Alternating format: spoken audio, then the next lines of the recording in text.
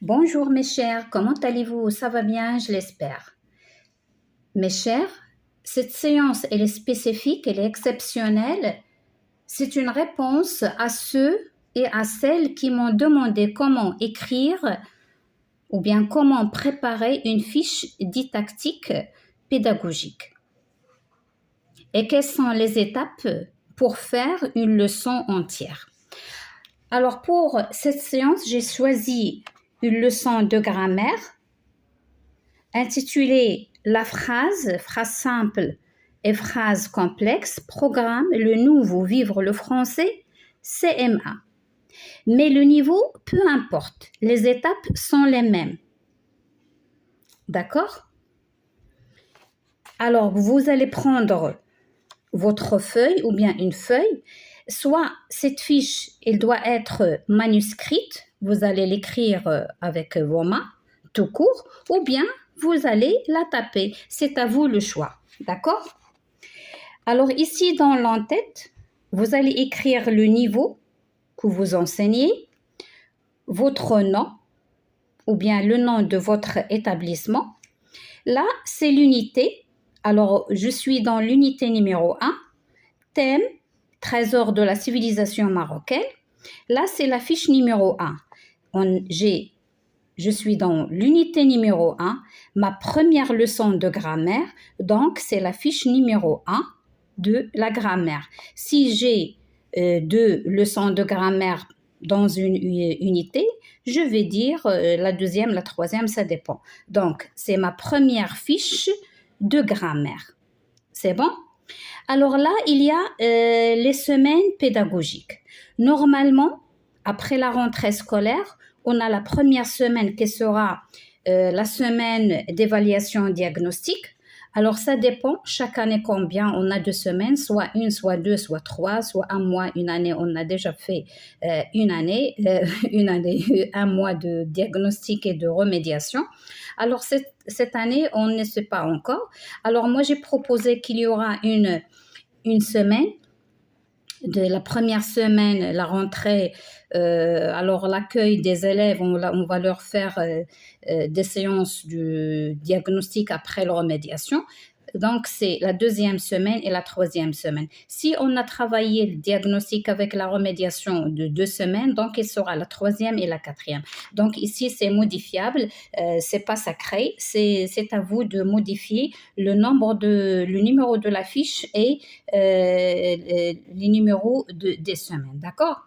Alors, pour la leçon de la grammaire, il se fasse en 2 séances, en 2 semaines. La première séance, pendant la première semaine d'apprentissage, où il y a le cours, où l'enseignante, elle fait son cours, d'accord?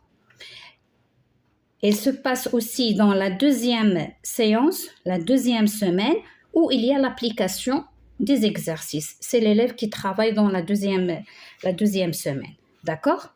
Donc ici, j'ai écrit la première et la deuxième semaine d'apprentissage. Donc, je vais écrire ma discipline, grammaire, la phrase simple et phrase complexe. Ici, c'est le titre. Là, je vais écrire, il y a les objectifs, il y a les compétences. Alors, pour l'objectif, pourquoi cette leçon? Qu'est-ce que je vais aboutir dans cette leçon? Qu'est-ce que je vais enseigner dans cette leçon?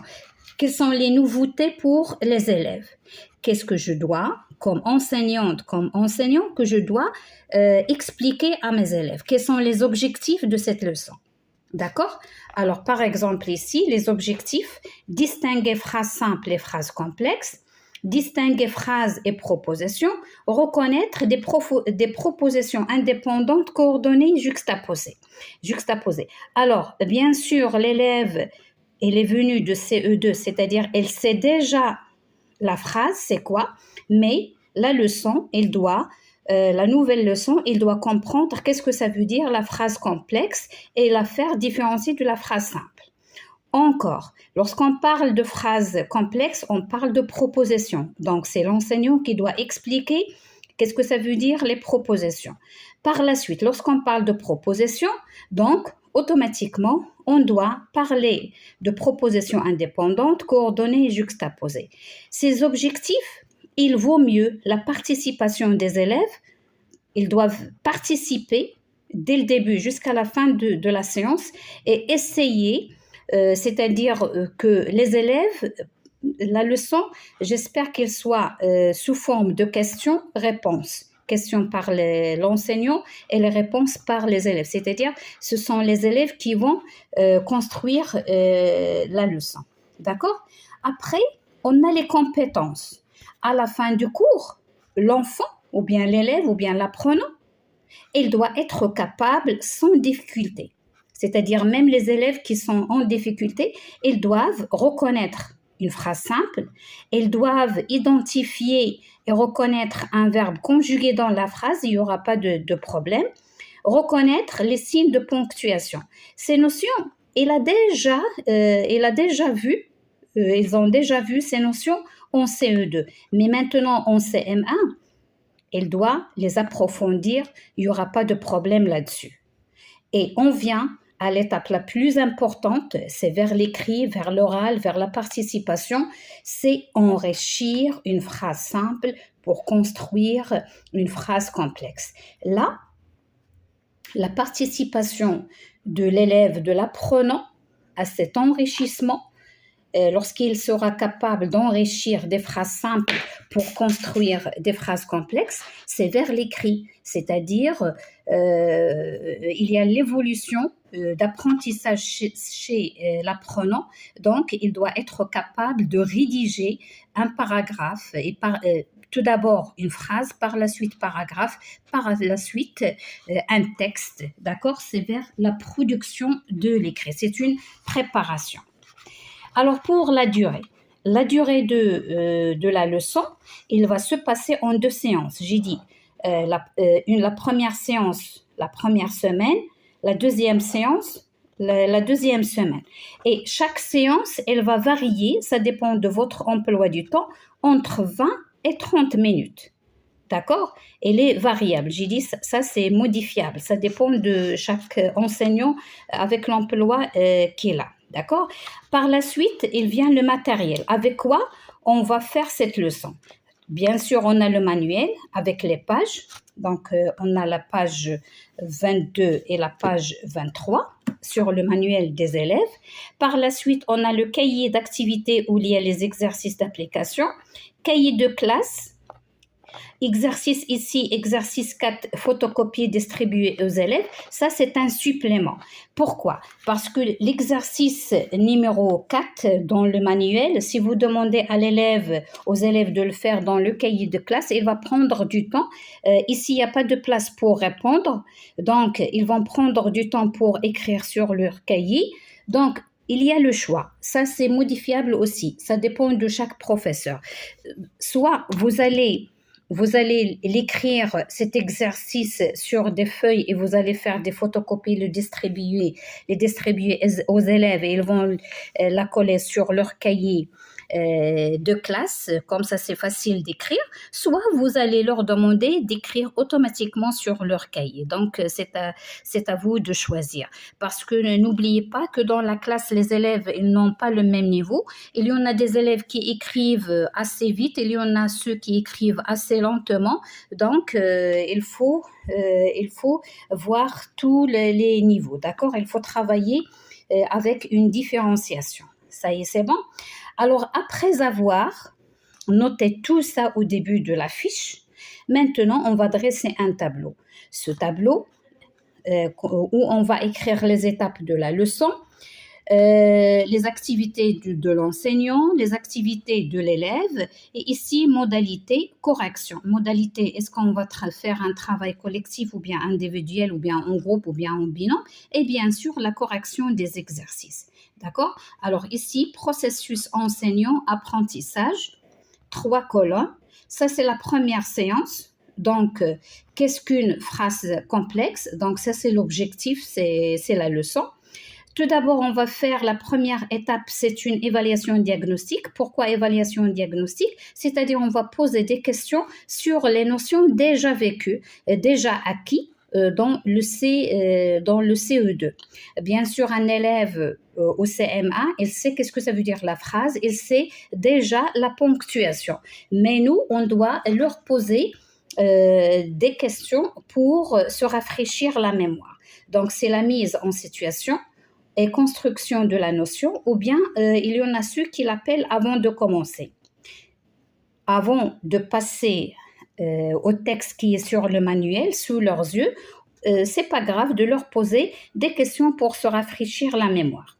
Donc, demandez aux élèves qu'est-ce qu'une phrase, comment la reconnaît-on. Là, on va accepter toutes les réponses qui ont pour but de dire une phrase, c'est une suite de mots qui a un sens. Elle commence toujours par une lettre majuscule, se termine par un signe de ponctuation. Ou bien une phrase a du sens et a le plus souvent un verbe conjugué. Elle commence par une majuscule et se termine par un point d'exclamation ou un point d'interrogation.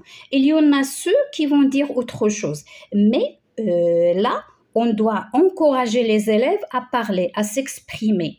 Donc, et on doit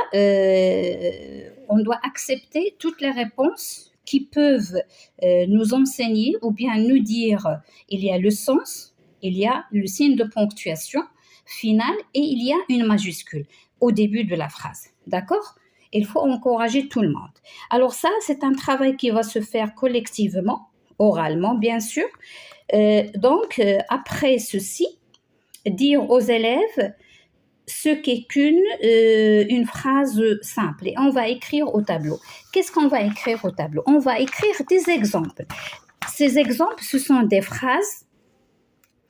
Ces phrases qu'on va choisir et qu'on va noter au tableau, elles doivent être en relation avec le thème. Ils doivent être en relation avec le texte de lecture que vous avez traité avant. Ils doivent être en relation avec la science de l'oral, de la compréhension à l'oral, de l'expression orale. Comme ça, les élèves, ils enrichissent leur vocabulaire sur le thème. D'accord ? Il ne faut pas, si on parle de la civilisation marocaine, alors on va parler d'autres phrases qui sont assez loin, par exemple de la bande dessinée. Alors, il n'y a aucun rapport avec les phrases de la bande dessinée avec la civilisation marocaine. Donc, il faut toujours travailler sur le thème pendant toutes les séances, pendant toutes les semaines du thème. D'accord ? Ça aide à l'enrichissement, j'ai dit, du vocabulaire. D'accord ? Alors là, j'ai choisi, ou bien dans le guide, hein, c'est pas moi, ce sont des phrases qui ont proposé. D'accord ? Et vous pouvez choisir d'autres. Hein, vous pouvez choisir d'autres. Ici, ils ont choisi des phrases où il y a les villes. Il y a la Marrakech, il y a Salé, il y a Rabat, il y a Fès. Donc, ce sont des villes qu'on a déjà vues sur la carte géographique du Maroc, quelle que soit pendant la science de l'oral ou bien dans la science de la lecture. Donc, on va écrire au tableau et regardez. Pour les fiches, on note tout ce qu'on fait pendant la séance. On ne va pas venir à la séance d'une leçon et on va venir, c'est-à-dire on va en classe, on va se demander quelle phrase on va écrire. Donc, non, ceci, il doit être préparé à l'avance et tout noté. J'habite à Marrakech, mais je suis née à Rabat. La deuxième phrase, je préfère Marrakech car je ne connais pas Rabat. La troisième phrase, mon frère travaille à Rabat et il habite à Salé. J'ai dit, ces phrases sont modifiables. Vous pouvez les changer, ça dépend des élèves, ça dépend du niveau, ça dépend, mais elles doivent être en relation avec le thème. Je répète ça. Alors là, vous allez écrire, demander aux élèves si ce sont des phrases, entourer les signes typographiques, souligner les verbes conjugués, faire remarquer qu'il y a deux verbes. Ça c'est ce que vous devez noter.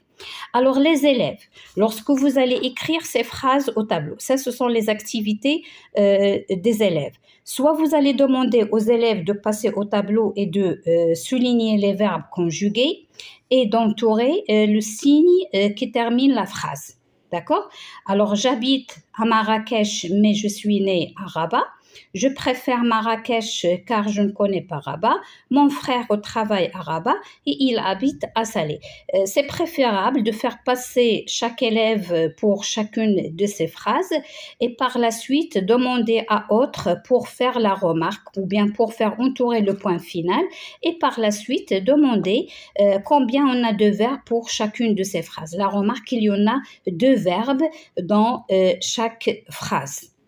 Donc, ces remarques, il faut les mémoriser.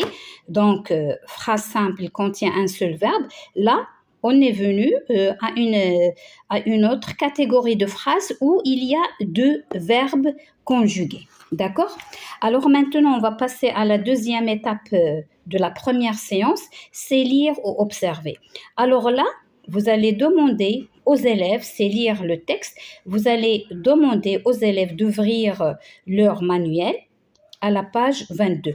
Tout le travail qu'on a fait, les manuels sont fermés, hein, d'accord? Maintenant, ils vont les ouvrir. Donc, vous allez leur demander d'ouvrir le manuel à la page 22. Il y a ici un texte. Vous allez soit le lire, soit vous allez demander aux élèves de le lire, mais il est préférable premièrement que la maîtresse ou bien l'enseignant ou bien l'enseignante qu'il doit le lire à voix haute. Comme ça, s'il y a des mots difficiles, il va l'expliquer ou bien les expliquer. Le roi du Maroc. Le Maroc est l'une des plus anciennes monarchies. Dans les monarchies, c'est un roi qui gouverne le pays. Le roi actuel est au pouvoir depuis 1999 et il a succédé à son père, Hassan II. En effet, comme dans beaucoup de monarchies, la succession se fait de façon héréditaire, c'est-à-dire de père en fils. Donc là, vous pouvez expliquer les mots difficiles, le gouvernement, la monarchie. Mais il y a la réponse ici. La monarchie, c'est un gouvernement où il y a la succession héréditaire d'un roi, c'est-à-dire un roi héréditaire du père en fils. Alors là, vous allez noter, lire le texte de découverte de la rubrique 1 page à voix haute, donner la consigne suivante. Alors là, vous allez faire participer les élèves, lever la main chaque fois qu'une phrase est finie et qu'une autre commence. Ou bien vous leur dire de taper chaque fois qu'une phrase se termine et une autre commence. Ça veut dire ils vont compter combien de phrases il y a dans ce texte. Donc, on va les séparer. Le Maroc est l'une des plus anciennes monarchies. Il y a point, donc on va arrêter là. Dans les monarchies, c'est un roi qui gouverne le pays. Donc, une deuxième phrase. Le roi actuel est au pouvoir depuis 1999 et il a succédé son père Hassan II, et c'est la troisième phrase. La dernière, en effet, comme dans beaucoup de monarchies, la succession se fait de façon héréditaire, c'est-à-dire de père en fils. Alors là, soit vous demandez aux élèves de souligner, de séparer les phrases dans leur manuel, ou bien ça vous revient. D'accord ? Alors, par la suite, demandez à 4 élèves. Alors, puisqu'il y en a 4 phrases, donc pour participer aux élèves et pour les encourager à la lecture, il ne faut pas hésiter chaque fois de demander aux élèves, surtout les élèves qui ont des difficultés en lecture, de lire chaque phrase séparée. Comme ça va leur aider à mieux lire. D'accord ? Donc, demandez à 4 élèves de relire les phrases, chacun il va lire une seule phrase, s'assurer de la compréhension du texte en posant des questions, expliquer le vocabulaire. Donc ça, c'est déjà fait, d'accord ? Donc là, l'activité de l'élève, donc chaque élève il va lire une phrase, c'est bon, c'est parfait. Alors maintenant, on va passer à la deuxième étape, c'est le maître ou bien l'enseignant ou bien l'enseignante, il va recopier cette phrase. La phrase au tableau, le roi actuel est au pouvoir depuis 1999 et il a succédé à son père Hassan II. Donc, vous allez écrire cette phrase au tableau. parce que vous n'allez pas recopier tout le texte. Le texte, il est sous les yeux des élèves sur leur manuel. Donc, vous allez écrire cette phrase pour la détailler. Vous allez demander de souligner les verbes conjugués. C'est bon? Donc, ils vont souligner et ils vont souligner à accéder. D'accord? Donc, combien on a de verbes? On a 2 verbes. Entourer le mot qui relie ces 2 parties. Alors, le mot, c'est « et ». Donc, je vais le colorier.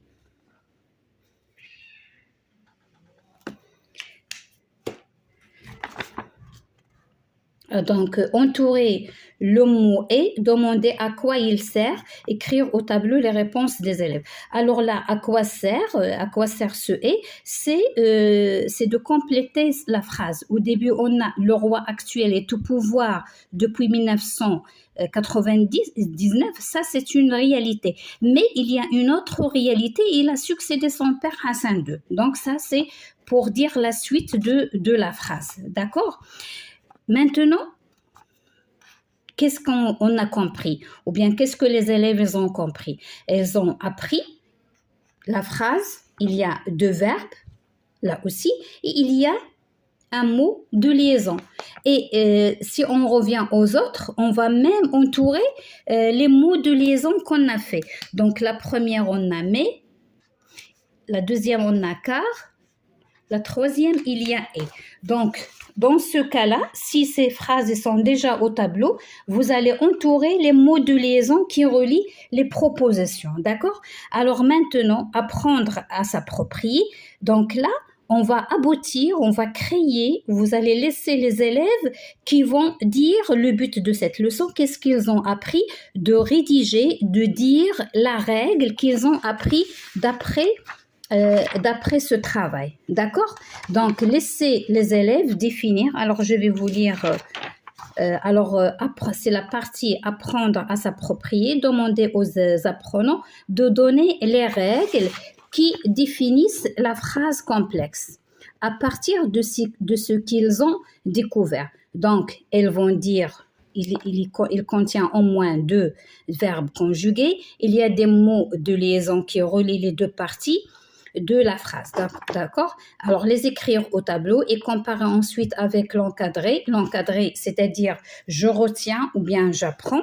Donc, tout ce qu'on a expliqué, il est ici.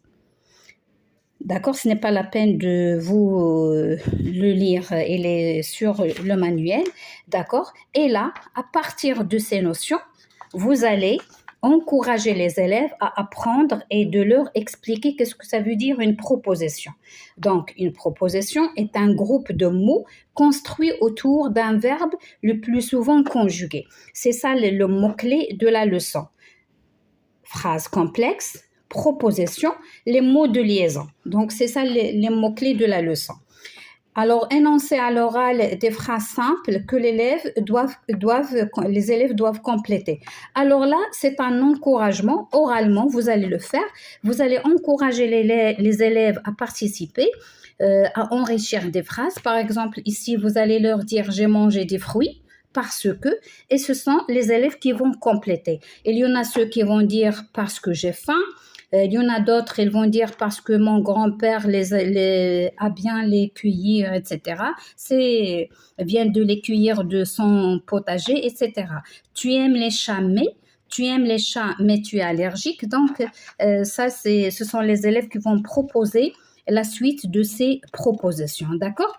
Par la suite, demandez aux élèves de faire l'exercice 1, cahier d'activité 17. Alors là, on est toujours dans la première séance. On est toujours dans la première séance. Alors, vous allez demander aux élèves de prendre leur cahier d'activité numéro 1, page 17. Souligne en bleu les phrases simples et en vert les phrases complexes. Alors, pour ceci, il faut chercher les verbes conjugués. Donc, vous allez les laisser faire, soit vous allez demander aux élèves, je vais vous montrer, soit vous allez demander de le faire individuellement, ou bien en groupe si vous avez vu que les élèves n'ont pas bien assimilé ou bien les élèves qui sont en difficulté, c'est pas grave de travailler en groupe. Et les élèves qui ont bien compris, bien sûr, ils doivent travailler seuls. Alors, il a bien longtemps dans un pays lointain, vivait un marchand et sa femme. Donc là, c'est la première phrase. Donc, je vais voir combien il y a de verbes. Il y a bien longtemps dans un pays lointain, vivait. Donc là, il y a deux verbes. Donc là, deux verbes donc avec le verbe. Alors, envers les phrases complexes, il y a deux verbes. Donc là, on va le mettre avec le verbe.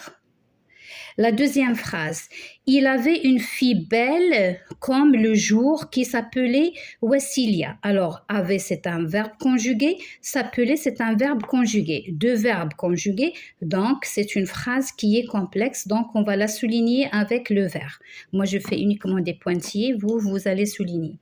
La phrase suivante, quand la petite fille, 8 ans, sa mère tomba gravement malade. C'est la phrase suivante. Là aussi, on a c'est-à-dire c'est le verbe avoir au passé simple, sa mère tomba. Donc ici, on a deux verbes, donc c'est une phrase qui est complexe avec le verbe. Là aussi. La phrase suivante. Avant de mourir, il lui remit une poupée et lui dit. Donc remis, dit. Donc là, deux phrases, deux verbes conjugués, donc là aussi avec le verbe. Ma fille, je te bénis. Alors ça, c'est une phrase à part. Donc il y a un seul verbe, béni, donc c'est avec le verbe. Mais ici, il y a deux points. Ici, il y a deux points. Et lorsqu'il y a deux points, c'est-à-dire cela n'est pas une phrase qui est séparée, c'est la suite. Donc là aussi, avec le verbe, c'est la suite. Donc ça, c'est une phrase. Là, j'ai garde toujours cette poupée près de toi. Ça, c'est une seule phrase. Alors, il y a garde uniquement. Donc, c'est une phrase qui est simple. Je vais la souligner avec le bleu. Ne la montre à personne et interroge-la quand tu auras de la peine. Donc, montre, c'est un verbe. Interroge, c'est un verbe. Aura, c'est un verbe. Donc, cette phrase qui contient trois verbes conjugués, donc avec le verbe. C'est bon? Alors, ça, c'est la première séance. C'est la première semaine. Alors, tout ce que je viens d'expliquer, de dire, c'était une séance de la première semaine. Alors, ici, dans mon téléphone, il y a 27 minutes, mais vous, en classe, vous allez faire moins. Pourquoi? Parce qu'il y a la participation des élèves, et ici, c'est moi qui demande et qui réponds en même temps, d'accord? Ça prend beaucoup de temps, mais en classe, ça doit aller un peu plus vite. Alors maintenant, la deuxième semaine, la deuxième séance. Qu'est-ce qu'on va faire? Identifier et produire des phrases simples et complexes. Donc ça, c'est l'objectif. Première partie, mise en application. Faire rappeler la définition de phrases complexes et ses caractéristiques. Alors là, vous allez vous rafraîchir la mémoire aux élèves. Vous allez leur demander qu'est-ce que ça veut dire une phrase qui est complexe, quelles sont les caractéristiques. Ils vont parler des verbes conjugués, ils vont parler de propositions, de mots de liaison. D'accord?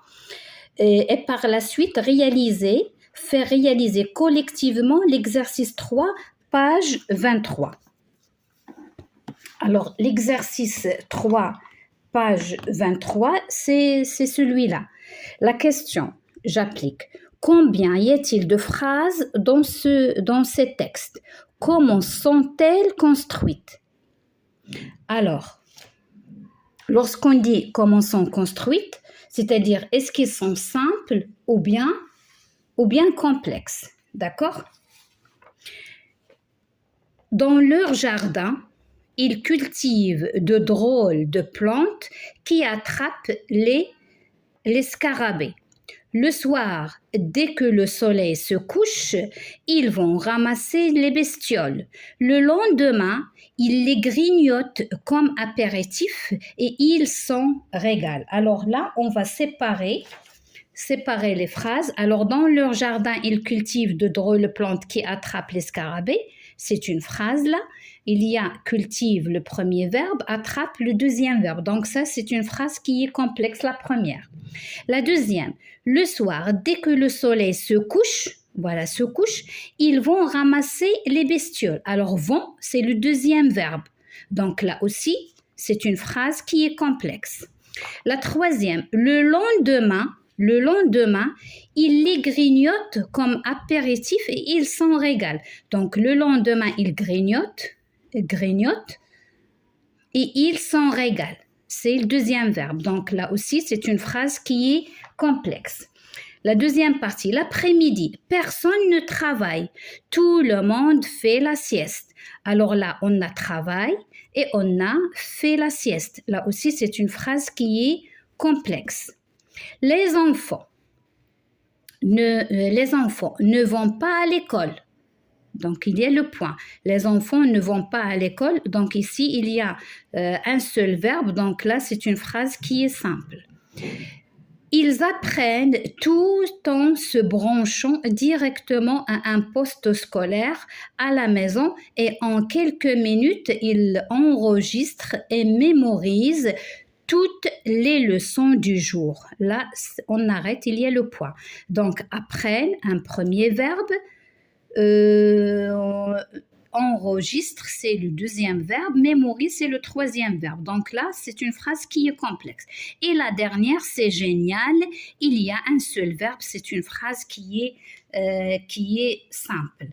Alors, combien on a de phrases? 1, 2, 3, 4, 5, 6, 7. On a 7 phrases. Donc, combien y a-t-il de phrases dans ce texte? Il y en a 7 phrases.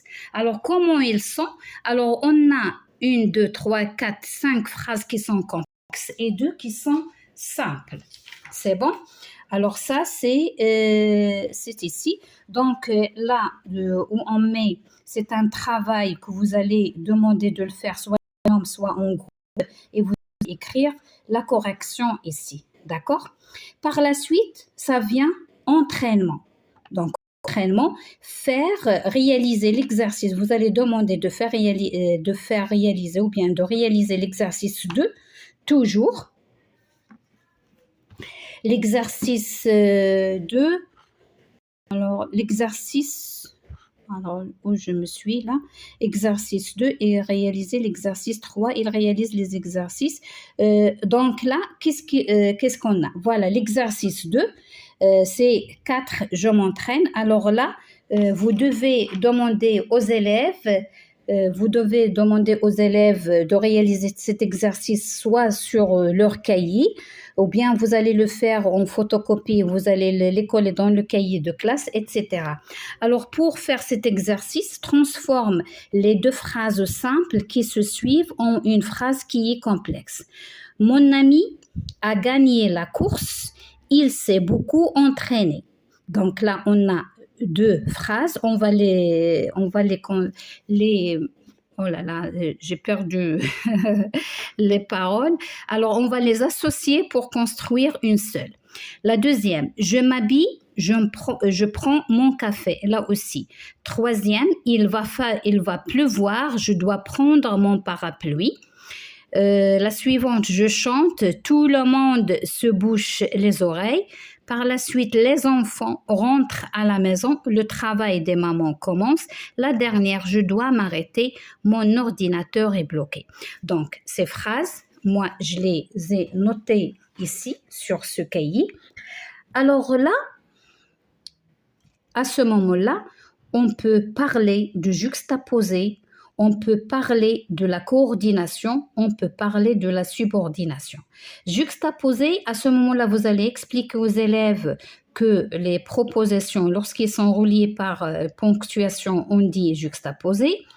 Lorsqu'il y a un mot de la conjonction de coordination, mais où est donc ornicar, donc on va parler de proposition coordonnée, subordonnée lorsqu'il y a un pronom relatif.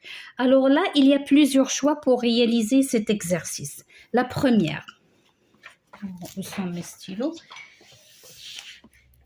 Mon ami a gagné la course, il s'est beaucoup entraîné.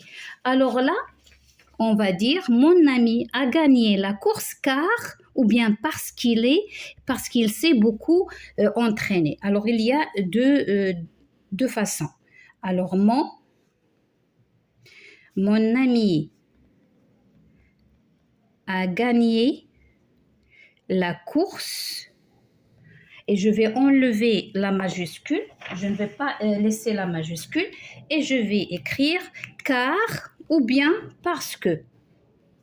Soit car, soit parce qu'il.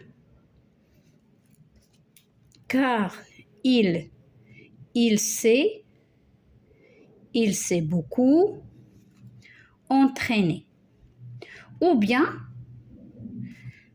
soit car, soit parce que. Donc, les deux sont possibles. La deuxième, je m'habille, je prends mon café. Alors là, on a deux façons. Soit on va écrire je m'habille et je prends mon café, ou bien on va dire vous voyez, hein, je m'habille, puis je prends mon café. D'accord? Alors, les deux possibilités sont valables. Si chacun il a écrit celle-là ou bien celle-là, c'est bon. On va les accepter. Alors, il va pleuvoir, je dois prendre mon parapluie. Alors là, c'est une subordonnée. Il va pleuvoir. D'accord? Il va pleuvoir. Donc, je dois prendre mon parapluie. D'accord? C'est bon? Je chante. Tout le monde se bouche les oreilles. Alors là, je peux tout simplement mettre une ponctuation. Je vais écrire je chante, virgule. D'accord? Tout le monde, et je vais enlever la majuscule, tout le monde se bouche les oreilles. D'accord? Ou bien, on va dire, quand je chante, tout le monde se bouche les oreilles. Là aussi, c'est possible. Donc ici, je vais mettre quand avant. D'accord? Comme vous voulez. D'accord? Alors, pour la suivante, les enfants rentrent à la maison, le travail des mamans commence. Alors, qu'est-ce qu'on va dire? Soit, on va dire quand, là aussi, quand les enfants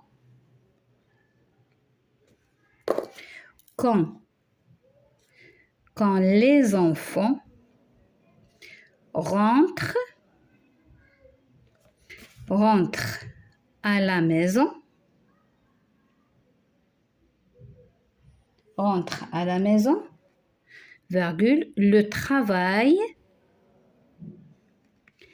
travail des mamans commence.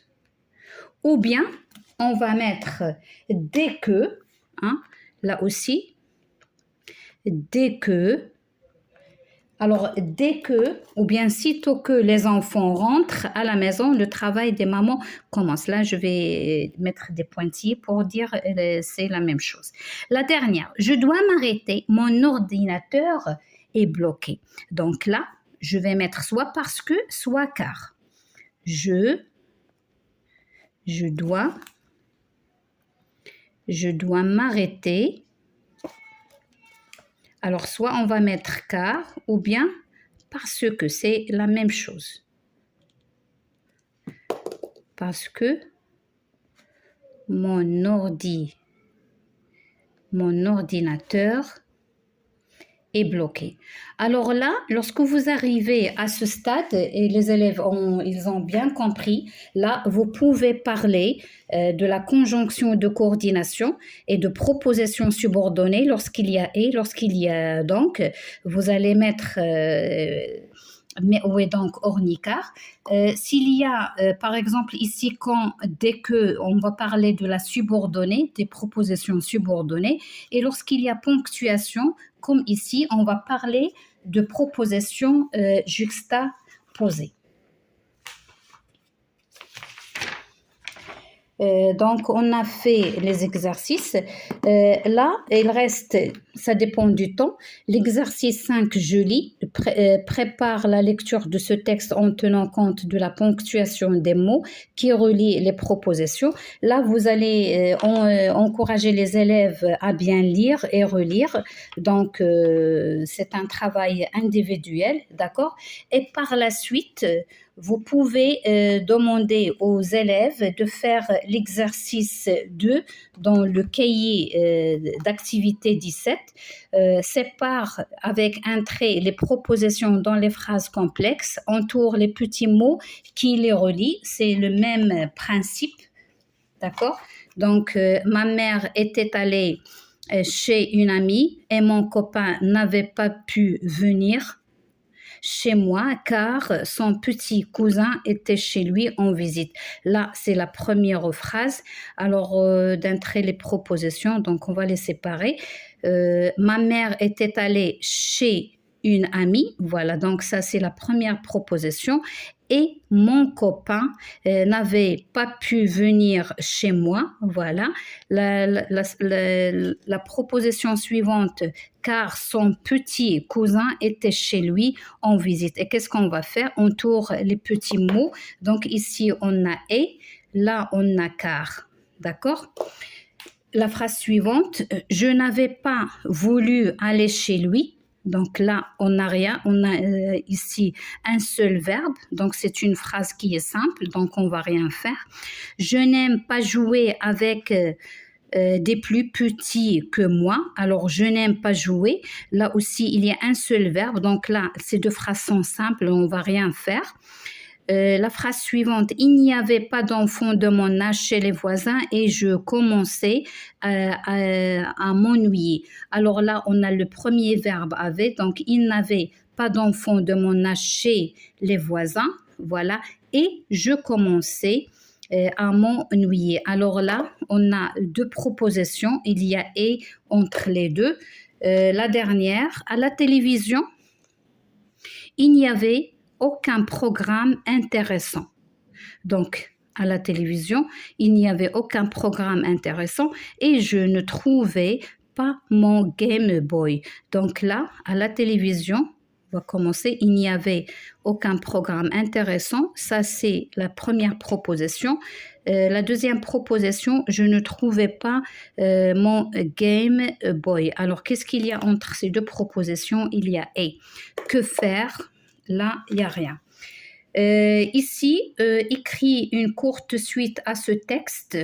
Tu varieras les phrases simples et complexes. Alors, ça, c'est personnel, c'est vers l'écrit. Alors, je reviens à ma fiche. Donc, ici, lecture. Vous allez demander aux élèves de lire, d'accord, l'exercice.